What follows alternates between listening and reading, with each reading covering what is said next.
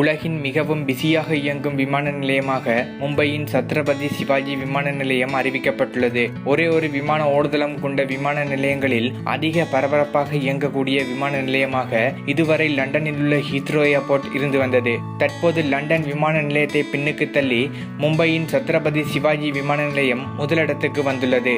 இது மும்பை விமான போக்குவரத்து கட்டுப்பாடு மற்றும் விமான ஆபரேட்டர்களின் உழைப்புக்கு அங்கீகாரமாக கருதப்படுகிறது. மும்பை விமான நிலையத்திலிருந்து ஒரு நாளைக்கு 837 விமானங்கள் புறப்படவோ அல்லது தரையிறங்கவோ செய்கிறது. லண்டனின் ஹீத்ரோ ஏர்போர்ட்டில் இருந்து ஒரு நாளைக்கு 757 விமானங்கள் இயக்கப்படுகின்றன.